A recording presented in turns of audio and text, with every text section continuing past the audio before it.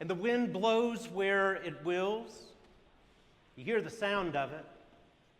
You don't know where it comes from, where it's going. But so it is of everyone who's born of the Spirit. In Alex Haley's book, Roots, there's a memorable scene where the enslaved man Kunta Kinte is forced to drive his master to a ball at a big plantation house. As Kunta approaches the house, he hears the music from inside for the dance, a dance that he, of course, being enslaved, could have no part in. Instead, he's relegated to his master's buggy, waiting out his master's night of revelry. Until, suddenly, Kunta Kinte hears in the distance other music. Haltingly familiar music, music coming from down the path in the ghastly slave huts behind that big house. Without warning, that different beat, that ancient rhythm makes his legs move and carries him down that path towards those huts where he finds a man playing African music, his music, which he remembered hearing as a child when he lived thousands of miles away from slavery. And he stood there stunned, as much as anything, because that music was music that he had all but forgotten. And very quickly, Kunta discovers that this man is from his home in Africa, and so they sit there for hours talking excitedly in their native tongue of home and of things of home. And that night, after returning from that dance, Kunta Kinte lay down on the dirt floor of his own hut, and he wept long and hard over all that he had forgotten. Deep sobs of joy over all that he at last remembered. Wept because that terrifying, degrading, and amnesia-causing experience of slavery had almost worked its greatest harm in him. It had almost obliterated his memory about who he really was.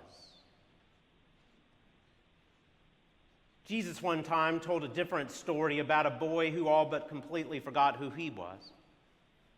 A boy who left home of his own volition, saying to his father, "Give me your riches so I can leave you behind forever." That boy also went far from home into a far-off country where he wasted himself and his inheritance in wild living and forgetfulness.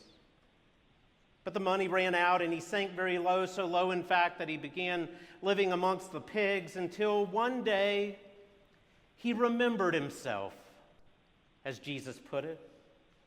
He remembered that he had a father, that he had a home.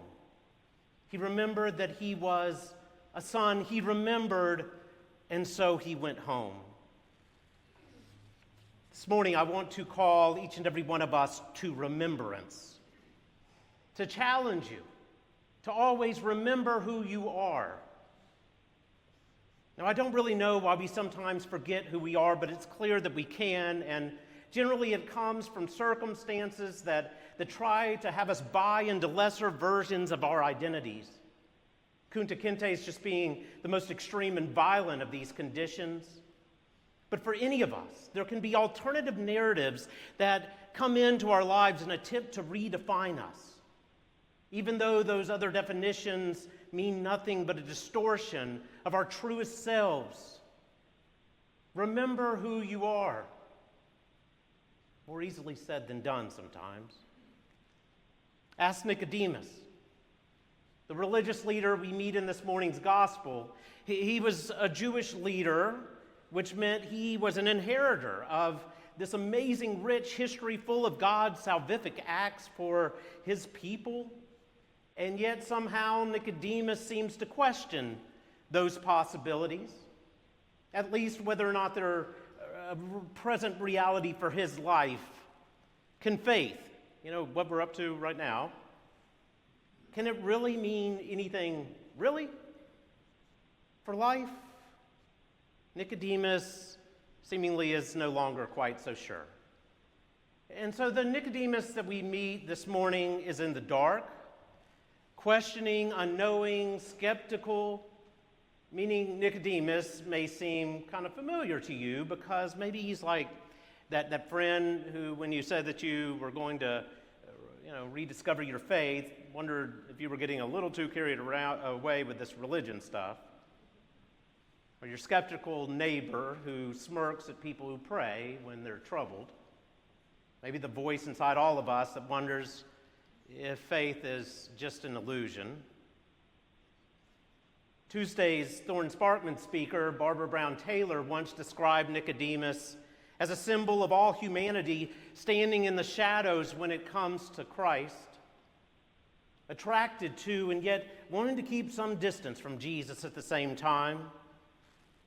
As she puts it, he's like a moth drawn to a candle. He's come to the light, but he's very much still a creature of the night, so much so that she calls him Nick at Night. But thank God Nicodemus is something more than that.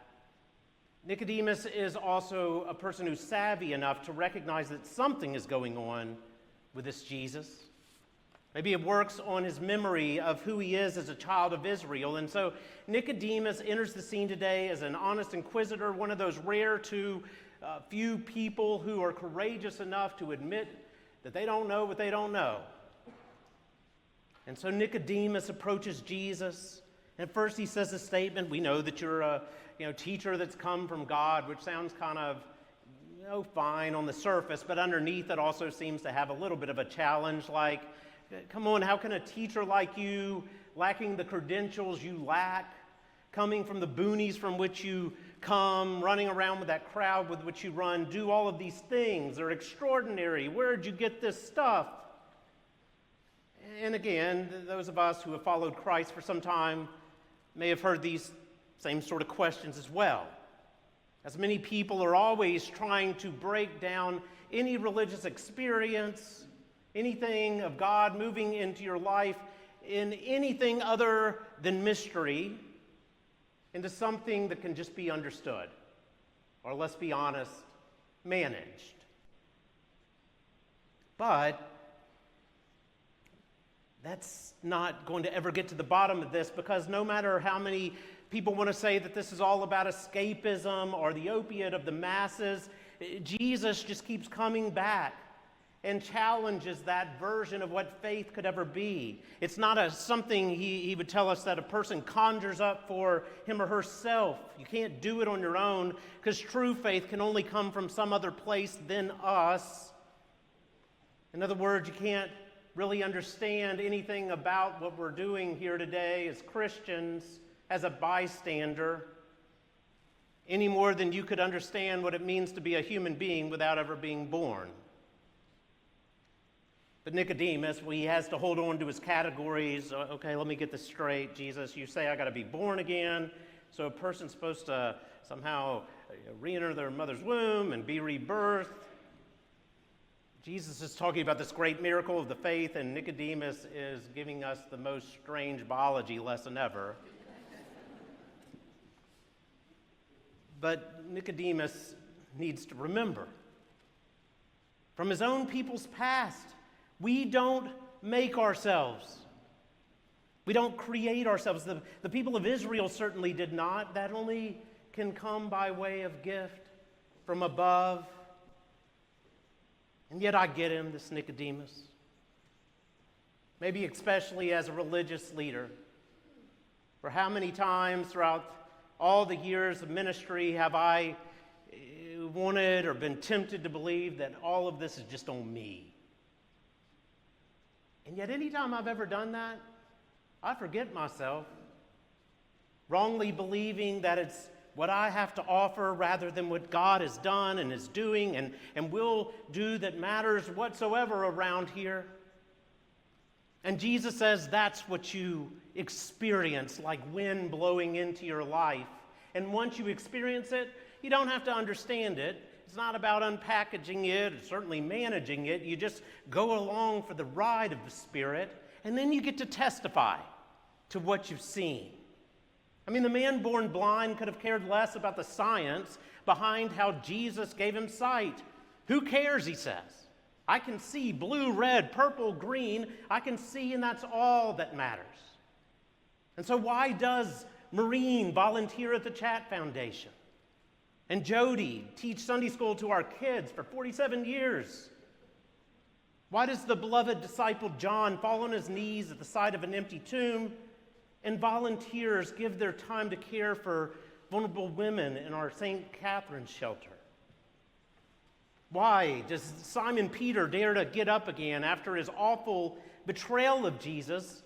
And why does my wife Shelley still believe in resurrection, even though she lost her dad to cancer when he was only 50 years old? Well, I'm a priest, and I can't explain any of that. I don't want to. Outside of just kind of realizing that something's blowing around in their lives. And when I remember that, I remember that that's good enough. What I do know and what I have seen is that it's not about tricks these people are playing in their psyches. And it's not about ontological arguments for the existence of God. No, it's rather that the Spirit of God has mysteriously blown their way through their lives, and they witness and act upon this work of God happening with them. But if you don't want to take their word for it or mine, you could go back and ask Nicodemus, that old skeptic. For see, Nicodemus pops up again a little later in John's Gospel, and yet when we meet him again, he is no longer Nick at night. He's a follower of Jesus, a disciple of the light. How can this be, Nicodemus? How can this be? Surely his friends ask him that, and I have to think Nicodemus could do a little more than shrug his shoulders and say, I can speak only what I know, testify to what I see. The wind blows where it wills. And so it is with everyone born of the Spirit. And with that, Nicodemus remembered who he was, even though he couldn't explain it at all. Remember who you are. For you showed up into a place today where the Spirit of God is blowing around, and if you don't watch out, it might just blow right into the very story of your life.